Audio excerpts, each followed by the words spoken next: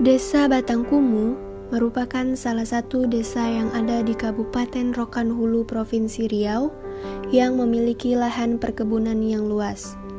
Kebanyakan dari masyarakat tidak mengetahui dampak negatif dari perkebunan kelapa sawit ini. Dampak negatif dari perkebunan sawit terhadap lingkungan juga perlu diperhatikan. Mengapa? Karena manusia tidak akan dapat bertahan lama di dalam kondisi fisik lingkungan yang rusak. Adapun permasalahan yang ditimbulkan dari kegiatan perkebunan kelapa sawit ini dibagi menjadi 5 macam. Yang pertama, penggunaan bahan kimia seperti pestisida, herbisida, dan juga pupuk berbasis petroleum tanpa adanya aturan dapat menyebabkan tanah menjadi rusak, tandus, serta gersang.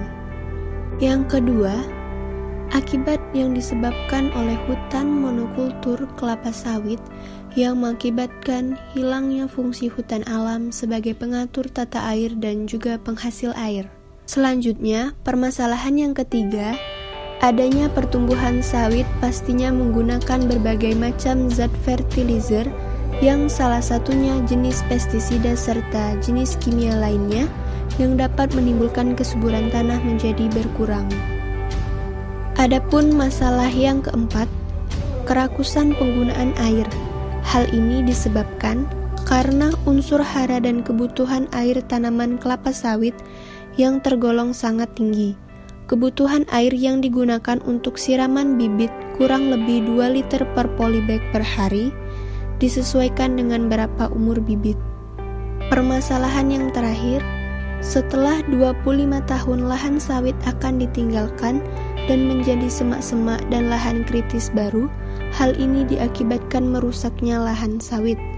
Kemungkinan tanah menjadi tidak subur, terutama tanah yang mengandung asam. Setelah kita mendengar berbagai macam permasalahan di perkebunan kelapa sawit, dapat disimpulkan bahwa perkebunan kelapa sawit menimbulkan dampak positif dan negatif bagi setiap kepentingan. Pada dampak positif, biasanya yang diuntungkan hanya manusia dengan bertambahnya pendapatan.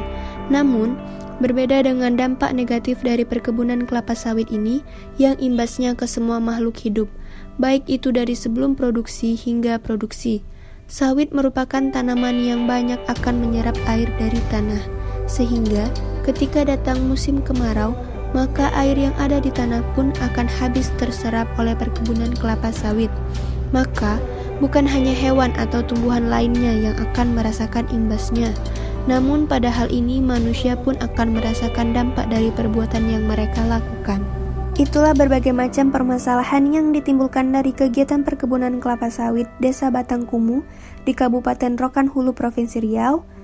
Semoga bermanfaat dan salam lingkungan.